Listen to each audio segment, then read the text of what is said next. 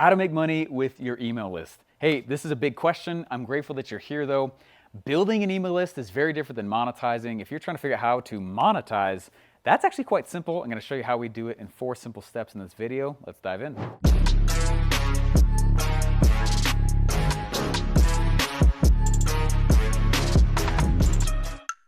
Boom, what's up? My name is Steve J Larsen. I have an email list of over 100,000 people, and the metric on the internet is that if you have an email list, you usually make $1 per person per month on your list, if you're new. And so we've done even up to $6 per person per month on our list. Emailing and monetizing a list is actually one of the easiest things to do if you act like you're a salesperson. So in this video, I'm gonna show you some cool ways to do that. I first started out nervous like you may be on emailing. I was like, crap, I'm gonna get annoying.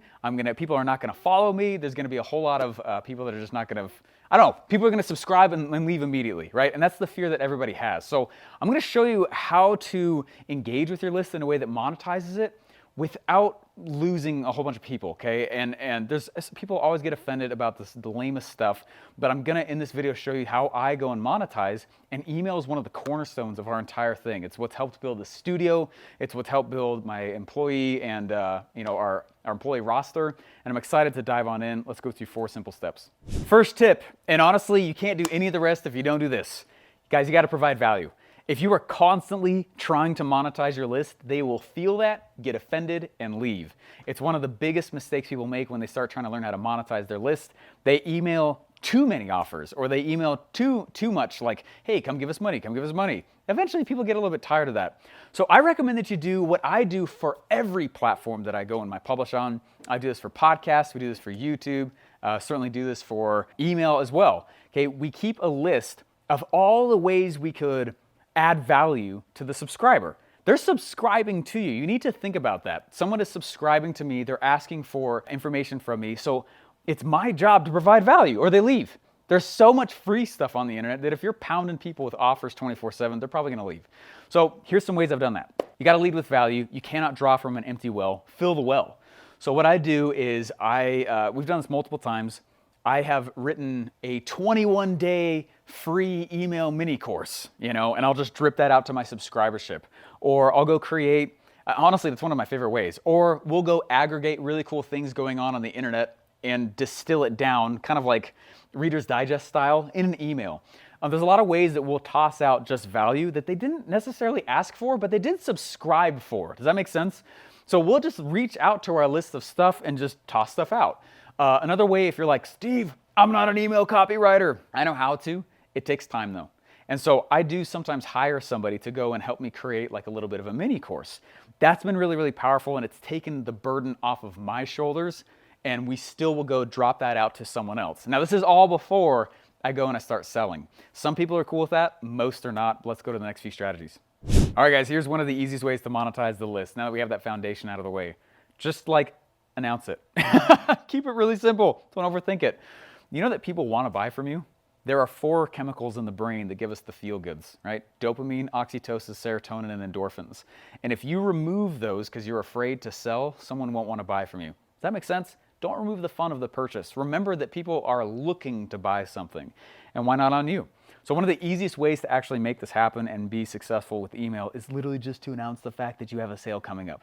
Email them out and say, hey, on this date, time, and location, watch for this email because I'm gonna put an email out just to this list as a thank you. Because you've been a subscriber, I'm not putting out anywhere else. Just for those on my email, we've got a cool thing coming out. And by doing that, you're kind of doing what Hollywood does whenever they start launching their own products or movies, right? A few months ahead of time, they start putting previews out. This date, this time, this location, coming in theaters, in this month, on this box office weekend. Does that make sense? You're doing essentially the exact same thing. And if people have found value with you, or you've helped them with problems, or merely entertained them, which is not really marketing, but then people are more likely, you're not drawing from an empty well anymore. So when it comes to monetizing, don't overthink it. There's a lot of strategies, but don't go so deep down the what's the correct strategy hole that you don't do anything. Right? That is a lot of paralysis for a lot of people, okay? So here's how I like to do it. I go out and I announce, here comes a big sale. And then all I start doing is I email 1 to 2 times per day. I can already hear you getting freaked out. You're not gonna scare them away, all right? If you have done a good job building up the well, you're not gonna freak them out and scare them away. I email 1 to 2 times per day leading up to the day of the sale. okay? That keeps you top of mind. There's like over 300 billion emails sent daily. Did you know that? That's psycho.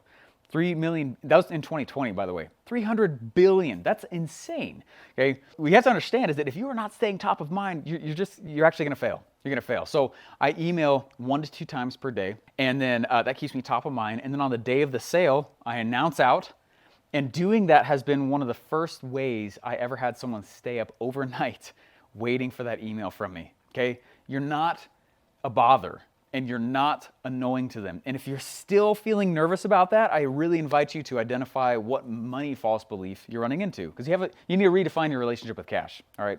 And so turn back around and start to look to see how you actually could serve your people. And then when you ask for the sale, that's a good thing. That's a good thing. And when I see people have a really big hang up, it's usually not because email doesn't work, it's because they have a money false belief. All right, we just went through a few foundation ways. Here is honestly one of the easiest ways. If you're like, Steve, I don't know how to monetize, I don't know how to write, I'm bad at writing copy, I'm bad at writing emails. This is a really stupid easy one, okay? I watched Dan Henry do this, he killed it on this. I watched Russell Brunson kills it on this. And we've done the exact same thing. Basically every single testimonial that you ever get ever should be its own email. He was emailing a lot. So anytime I go out and I'm collecting a testimonial, that is copy from, you get to send it to your list, but it's not your words. And there's an extra additional credibility that comes when somebody is giving you kudos and it's not actually coming from your own mouth. Does that make sense? When somebody is saying, hey, yeah, Steve Larsen's got gigantic eyeballs, but his marketing stuff's pretty good, right? And it's not coming from me, right?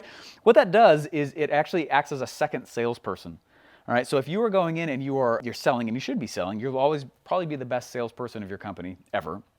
You probably can't out-hire that. But what it does is it puts other people in the authority seat to say to the rest of your audience, hey, actually the stuff he's selling is some good stuff, right? There are some really cool famous case studies on the internet, kind of yesteryear's gurus this comes from, where someone will go do a big massive launch.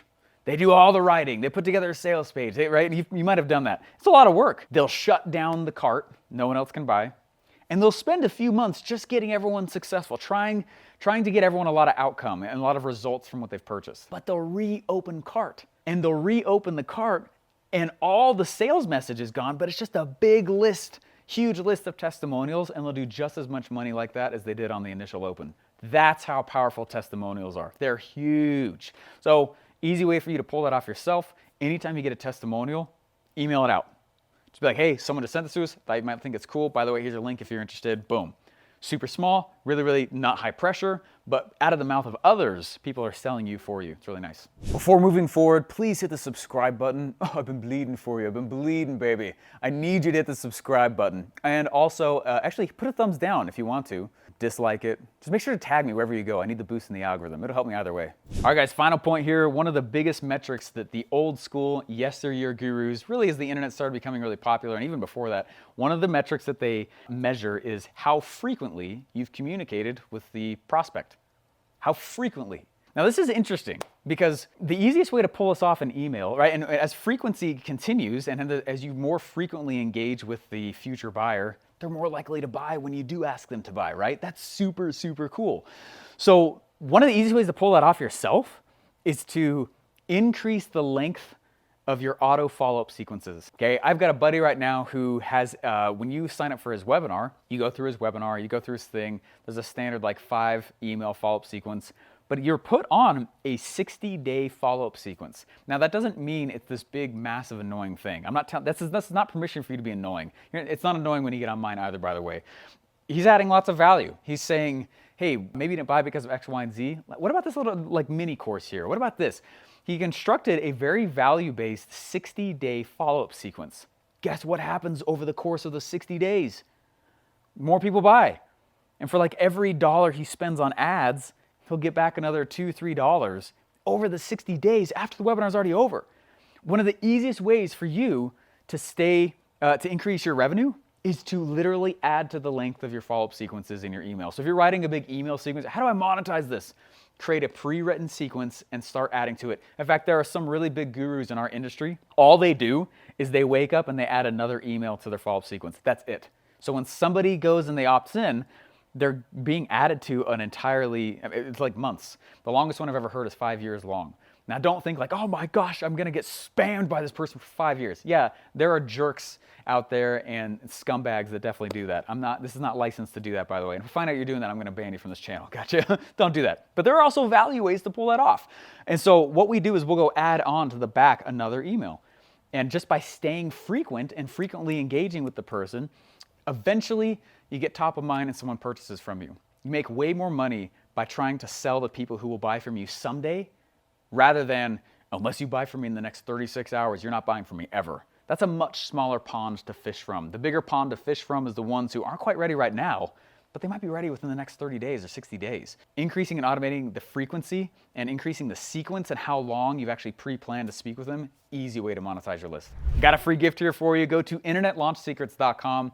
That is how I actually go and launch products on the internet, email included. If you go to internetlaunchsecrets.com, when you go there, there is a presentation teaching you my 3 favorite campaign strategies. All of them involve emails, and I think you're really gonna enjoy it. It's free, you'll see it there. The link is in the description if you don't wanna type.